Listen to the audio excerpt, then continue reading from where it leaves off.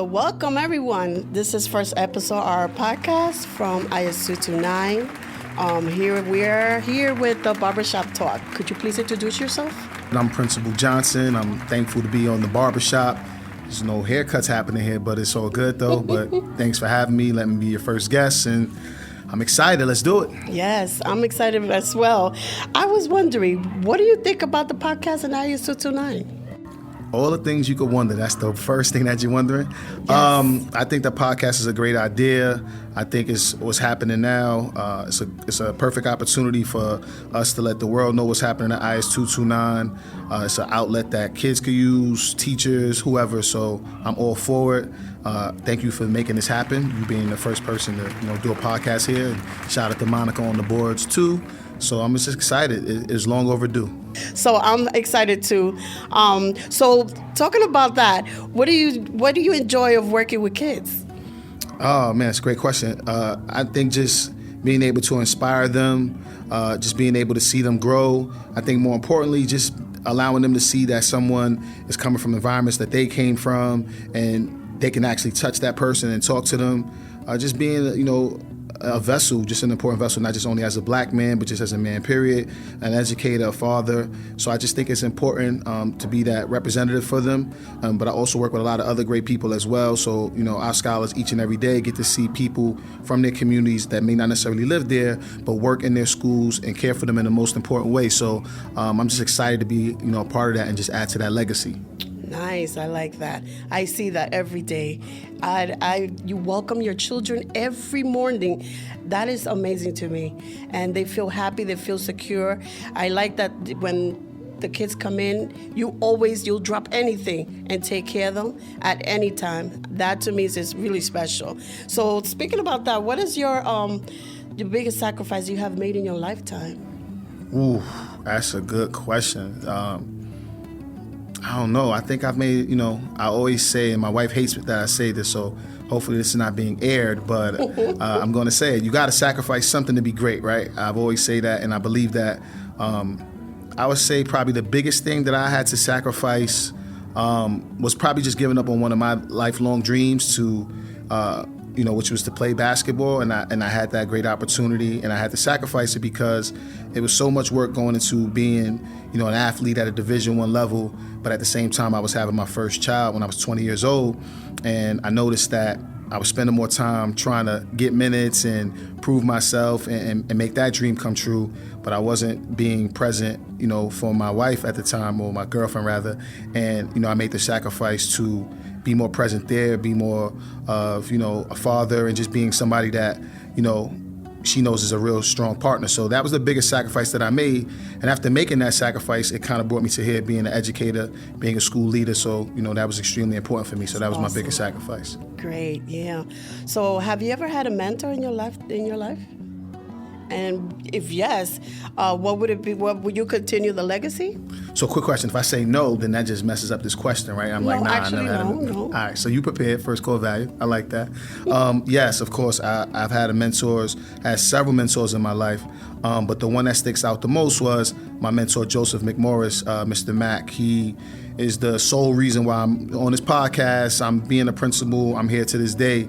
He took a kid from Harlem and gave him an opportunity to go to Delaware State and, get a degree. And unfortunately, my last year in college, he died spring semester. So he never got to see me, manifest who I am now. So I truly dedicate all my work to him. So that's why I say this is personal for me. It's not about a check or about status. This man literally saved me from going left, and he did everything he could do possibly, whether it was taking me to school, bringing me back home. So I felt I have to repay him back in some way, and I met him through education. So that's what I'm trying to do now, and hopefully I could be impactful to somebody's life in the way that he was to me. So Mr. Mack is my mentor. Definitely nice. Shout out to him. That's really nice.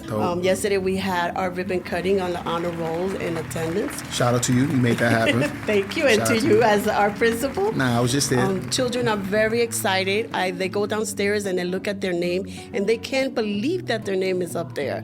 I mean, I wish that we would have had that when we were younger. But so Last week we had a conversation with a couple of the kids, and they were just tired of saying, well, Black history is always over Rosa Parks or Martin Luther King. We know this in second grade. And you actually mentioned to me something like, why don't we continue talking about our heroes, which respect to all of them, but we also have ones in our present time that the kids need to learn about them. Do you have any? No, good Besides question. the one you told me. Nah, for sure. I firmly believe that, Black History Month, they always have, the stakeholders that we put out there that we talk about all the time, and they're very important. But I just think that history is always changing, and there's so many other people that we need to talk to that kids can relate with. When you speak about Rosa Parks, you got to talk about Claudette Colvin, who was actually the first woman who sat in the back of the bus. And I don't think a lot of our kids know that. Maybe some adults didn't know that. I learned that maybe I want to say 10 years ago, because in school I always thought it was Rosa Parks, and I always wondered why they held this woman out. And, her story is very interesting. And I think of a lot of young ladies who hear that, she was a young teenage mother, and that wasn't someone that they wanted to kind of put out there being, the Black community. So they kind of held her back. And with Rosa Parks, she was deemed, not Rosa Parks, but Claudette Colvin, not attractive enough. So those are things that, people still deal with today. And I think it's important that we discuss those heroes and those legends too. And not only just individual people, but just like movements as well. We talk about the Black Panthers. It's a big instrumental part why we even have free lunch. They started the free lunch program in San Francisco, and Oakland rather, and that's really important. Without that, we don't start having free lunch in schools where kids can be able to, eat without cost. So that's important. There's a lot of movements going around the world that we need to discuss, and I just feel like, Black History Month is just one time in our lives that we could discuss it, but it should be talked about in March, April, May, yes, June, throughout. So I just think it's important that we talk about new leaders and just people that, that's inspiring us to this day. Maybe someone's mom is a hero in a certain kind of way. I want to learn about her, or, anyone. So that's just my thought of thinking when you talk about different leaders for Black history. And what about the young ones? Remember you mentioned one? Oh, absolutely. Definitely the young one that we saw her video. She introduced President Biden, and I think that was the first time ever 21-year-old poet. I'm forgetting her name right now, but it's all over YouTube. And you take a look at that message, and she was just talking about how, she grew up wanting to be a president one day, but right now she has to settle for reciting for one. And just how powerful that message was. We watched it in my office, and we all thought that was really dope. And I really think if our kids get to see, a young Black woman that looks just like them, that's, introducing the President of the United States, I think that's powerful, that's inspirational. So we definitely want to highlight those people. So I'm excited for the newer leaders and, people that I haven't learned about before, and those, that we learned about now. So I'm really interested in that. Nice. So thank you so much, Mr. Johnson, for taking your time. I know that you have a busy schedule, but I appreciate you very much, and happy to have you here. And we look forward to having many others.